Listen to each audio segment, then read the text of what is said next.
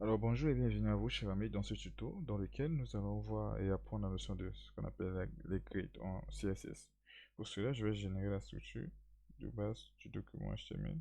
Je vais mettre en place une div avec une classe parent et je vais mettre une div avec une classe enfant. Je mets enf1 et je vais appeler ça enfant1 et je vais copier-coller pour en avoir 5. Je vais mettre ici enf2, enf3, enf4, enf5. Ici, je vais mettre enf2, 3, 4, 5. Ok.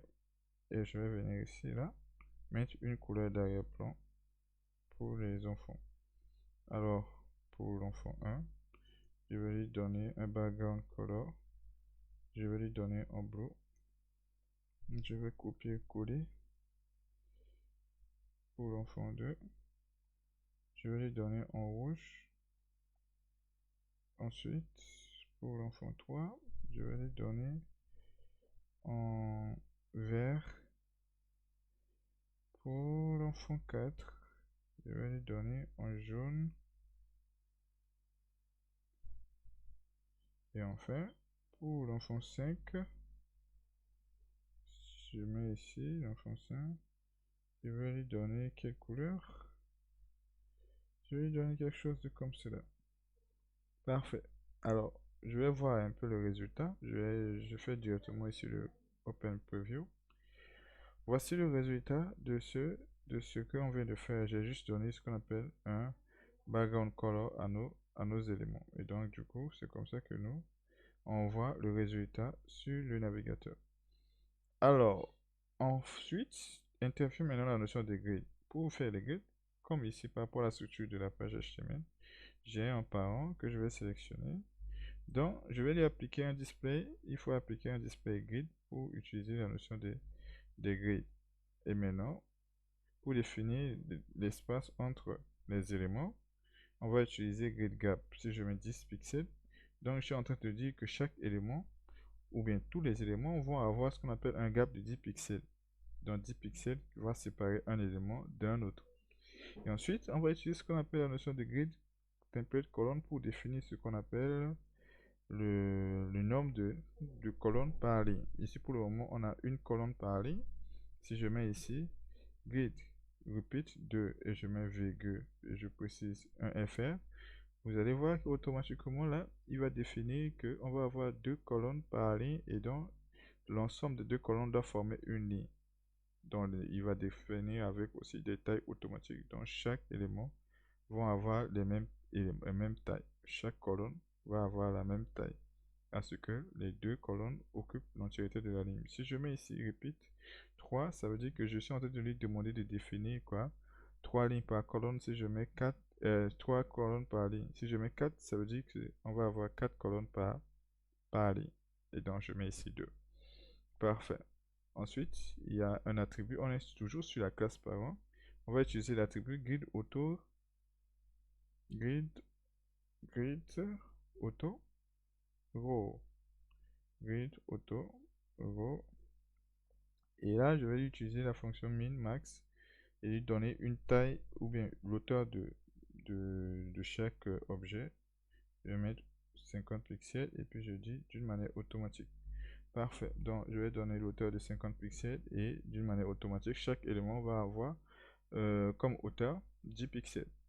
Et parfait. Donc là, on vient de travailler ce qu'on appelle le parent. Le parent qui se trouve être ici la div qui regroupe l'ensemble de ces divs-là, qui sont des fils directs. Et donc, l'attribut grid template colonne définit le nombre de colonnes par ligne et grid row, on peut définir ici pour chaque ligne l'auteur de l'élément. Alors ici, qu'est-ce qui peut se passer? C'est que là, sur l'enfant 1, si je voudrais que l'enfant 1 occupe la deuxième colonne, je vais mettre ce qu'on appelle grid colonne 2.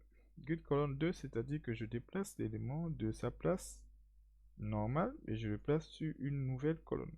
Donc par défaut, ça serait la colonne 1, ça serait la colonne 2. Alors là, automatiquement, il déplace l'élément. Mais normalement, le 2 là devait prendre sa place Seulement, on n'a pas précisé ici le numéro de la ligne de l'enfant. Donc, lorsqu'on déplace un élément sur la colonne, il faudrait qu'on fixe le numéro de la ligne pour ne pas que, pour que, du moins, le grid puisse comprendre que là, on a bien déplacé l'élément avec tout l'espace que lui, il occupe. Et donc, l'espace que lui, qu'il occupait sera disponible et donc, grid déterminera automatiquement un élément qui pourra occuper, qui sera tout simplement l'objet ou bien l'élément suivant qui va occuper sa place. Mais pour l'instant, le fait de définir grid colonne 2, il le met ici, aux colonnes 2, et donc on doit être en mesure de voir l'enfant 2. Mais seulement l'espace là qu'il avait laissé n'est pas pour le moment disponible. Pour pouvoir faire cela, il faut savoir que comme ici c'est colonne 1, colonne 2, ça serait la ligne 1, ça serait la ligne 2, ligne 3. Comment est-ce qu'on définit les lignes? On va utiliser l'attribut grid row. Donc grid row, ici, on se trouve être sur la ligne 1. Et donc, si je mets grid row 1, là, il sait que voilà, sur la ligne 1, j'ai déplacé l'élément là sur la colonne 2. Et donc, du coup, ligne 1 et colonne 1 n'a plus d'informations. Et qu'est-ce qui va se passer? L'enfant qui devait se trouver ici, l'enfant 2, revient tout simplement à la place de l'enfant 1. Donc, lorsqu'on déplace automatiquement, et lui, il ne va pas perdre d'espace, il va chercher des éléments pour occuper l'espace qui est disponible.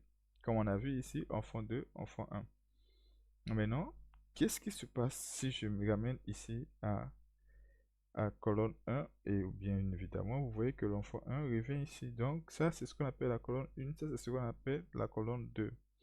Jusque là, c'est bon. Maintenant, supposons que je dis que lui, il doit se trouver sur la deuxième ligne. Alors, je vais venir ici, je mets ici 2 et vous voyez bien que l'enfant 1 se trouve où? L'enfant 1 se trouve bien sur la deuxième ligne. Et donc, l'enfant 2 revient sur sa place. L'enfant 3 qui devait être là revient ici. Si je mets colonne 3, automatiquement, vous voyez qu'il vient sur row 3, c'est-à-dire la ligne 3. Il vient sur la ligne 3. Et si je le ramène ici, ligne 1, parfait. Ici, donc, grid row pour les enfants permet de définir le numéro de la ligne. À savoir que ça, c'est le numéro 1, 2, 3. Grid colonne permet de définir les positions de colonne. Colonne 1, colonne 2. Maintenant, supposons que je voudrais que cet élément occupe et sa place et la place d'ici. Alors pour cela, on va mettre slash. D'abord, la première valeur représente quoi? À partir de où l'objet commence. On se dit que ça va commencer sur la colonne numéro 1. Et puis on va dire quoi? Ici, slash, le nombre de colonnes plus 1. Le nombre total de colonnes de chaque ligne plus 1. Si je veux que ça occupe toute la ligne, je mets ici le nombre de colonnes plus 1 sur ou bien sous le slash. C'est-à-dire que si je mets 2, ça, c'est égal au nombre de colonnes. Donc, du coup, il ne va pas occuper l'entièreté de la ligne. Mais si je mets 2 plus 1, c'est-à-dire 1 sur 3, vous voyez très bien que ce qui se passe, c'est que lui, il va occuper l'entièreté de la ligne. Bon, bien évidemment, si je mets un quart, et ça n'a pas vraiment de sens, mais bon, vous avez compris que ça n'a pas trop d'intérêt. Si on a deux éléments, on a défini en haut, dans le parent, deux colonnes, pour occuper l'ensemble des colonnes, on fait 1 sur 3. Si on avait chaque ligne qui a 3 colonnes, pour dire qu'un élément commence à partir du début jusqu'à occuper l'entièreté de la ligne, on fait 1 sur 4. Parfait. Et donc ça, jusque-là, normalement, il n'y a pas de problème pour définir le nombre d'éléments. Maintenant, qu'est-ce qui va se passer si je venais à augmenter le nombre de colonnes ici par ligne? Si je mets ici le nombre de colonnes par ligne, ça veut dire que là, j'ai 3 colonnes pour chaque ligne. Et 3 colonnes sur chaque ligne, j'ai dit quoi? Pour qu'on quitte de ici, de la première colonne jusqu'à toute la ligne, il faut déterminer après ou bien sous le slash là, mettre le nombre de colonne sur chaque ligne plus 1. Et donc 1 sur 3 représente 1, 2, 3 là. Et donc 1, 2, 3, ça ne va pas occuper l'entièreté de la ligne. Ou bien, qu'est-ce que j'ai dit? Si je ne fais pas 3, ce qui représente le nombre de colonnes, et plus 1, je ne pourrais pas venir jusque là. Il faudrait que je fasse un quart. Donc un quart me permet de quitter ici jusque là. Un quart pourquoi? Parce qu'on a 3 colonnes. Donc, ça fait 1 sur 3 plus 1.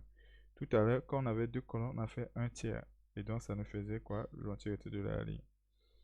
Donc, lorsqu'on a 3 colonnes et qu'on écrit 1 tiers, il va occuper comme cela. comme vous le pouvez le voir. Mais pourquoi il commence à partir du début, c'est la valeur 1. Et donc, il vient jusqu'à ici. Et ensuite, je vais venir tout simplement euh, je vais venir ramener tout simplement ici par 2. Voilà. Je ramène ça à 2 colonnes par chaque ligne. Voilà. Et donc, on a ça.